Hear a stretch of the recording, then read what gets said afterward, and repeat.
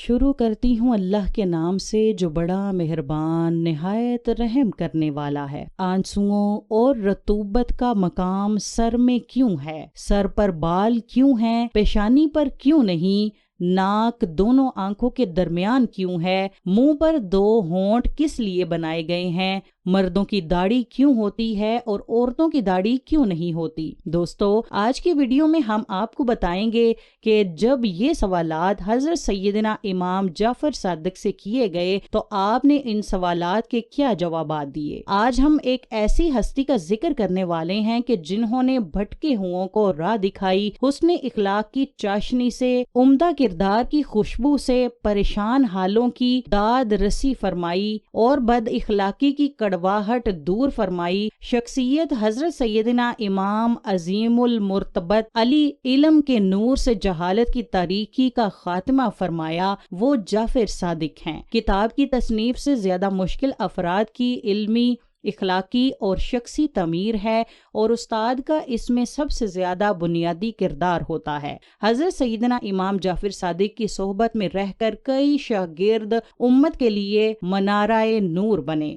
آپ رحمت اللہ علیہ کے علمی فیضان سے فیضیاب ہونے والوں میں آپ کے فرزند امام موسیٰ کاظم، امام ابو حنیفہ، امام مالک، امام سفیان ثوری، حضرت سفیان بن عبینہ کے نام سر فہرست ہیں۔ ایک دفعہ ایک مشہور عیسائی طبیب آپ کی محفل میں آ گیا۔ اس طبیب کو اپنے علم و ہنر پر بڑا گھمنڈ تھا، اس لیے وہ محفل میں بیٹھ کر طب کے اسرار و رموز کو بڑے متکبرانہ انداز میں بیان کر رہا تھا۔ لوگ دلچسپی اور توجہ کے ساتھ اس کی گفتگو سننے میں مگن ہو گئے۔ حضرت سیدنا امام جعفر صادق بھی وہاں تشریف فرما تھے اور خاموشی سے ان کی باتیں سن رہے تھے۔ جب اس نے اپنی گفتگو ختم کر لی تو امام صاحب کی طرف متوجہ ہو کر کہنے لگا، اگر آپ کچھ پوچھنا چاہتے ہیں تو مجھ سے پوچھ سکتے ہیں۔ حضرت سیدنا امام جعفر صادق نے ارشاد فرمایا، جب کسی بیماری کا غلبہ ہو تو اس کا علاج ضد سے کرنا چاہیے، یعنی گرم کا علاج سرد سے، تر کا خشک سے، خشک کا تر سے، اور ہر حالت میں اللہ تعالیٰ پر یقین رکھنا چاہیے۔ یاد رکھ کے معدہ تمام امراض کا گھر ہے اور پرہیز تمام دوائیوں کی دعا۔ انسان جس چیز کی عادت اختیار کر لیتا ہے اس کے مزاج موافق اور اس کی صحت کا باعث بن جاتی ہے۔ طبیب کہنے لگا، بلا شبہ جو آپ نے ارشاد فرمایا وہی اصل طب ہے۔ امام جعفر صادق نے فرمایا کہ اس سے یہ نہیں سمجھنا چاہیے کہ جو باتیں میں نے کی ہیں طبی کتب کا مطالعہ کرنے کے بعد کی ہیں، بلکہ یہ علوم اللہ تعالیٰ کی طرف سے عطا ہوئے ہیں۔ اب تم بتاؤ کہ تمہیں زیادہ علم ہے یا نہیں؟ طبیب کہنے لگا، مجھے زیادہ علم ہے۔ امام جعفر صادق نے اس کا متکبرانہ انداز دیکھا تو پوچھا، میں تم سے چند سوالات کرتا ہوں، اس کا جواب دو۔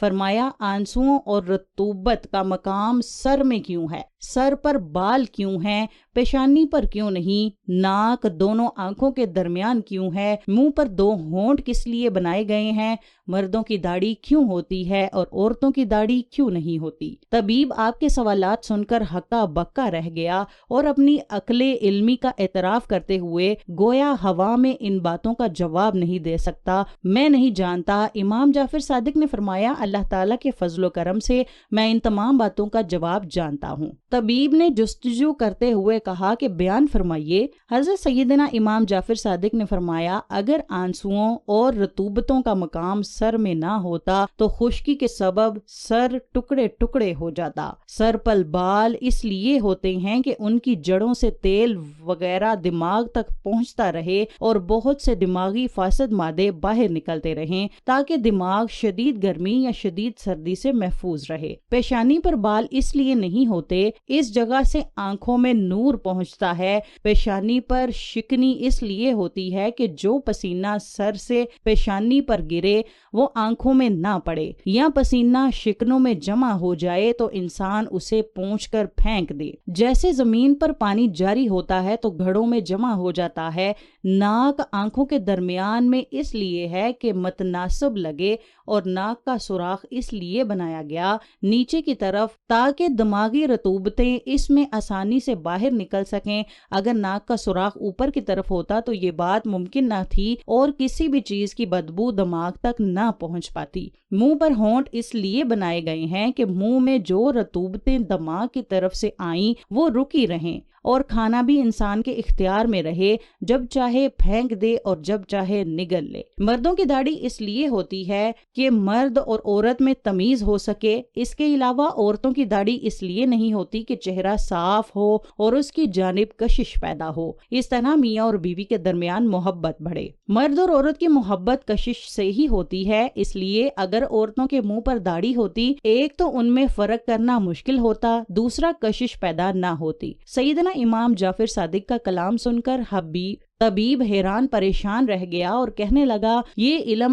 آپ نے کس سے سیکھا؟ آپ نے فرمایا، اپنے دادا جان سے، انہوں نے حضور نبی کریم سے، اور انہوں نے اللہ تعالیٰ سے سیکھا۔ طبیب نے یہ بات سنی تو خلوص دل سے مسلمان ہو گیا اور آپ کی علمیت اور قابلیت کو دل سے مان گیا۔ حضرت سیدنا امام جعفر صادق کا وصال مبارک 15 رجب 148 ہجری کو 68 سال کی عمر میں ہوا، اور آپ کی تدفین جنت البقیع میں آپ کے دادا جان حضرت سیدنا امام زین العابدین اور والد حضرت سیدنا امام محمد باقر کی قبور مبارکہ کے پاس ہوئیں۔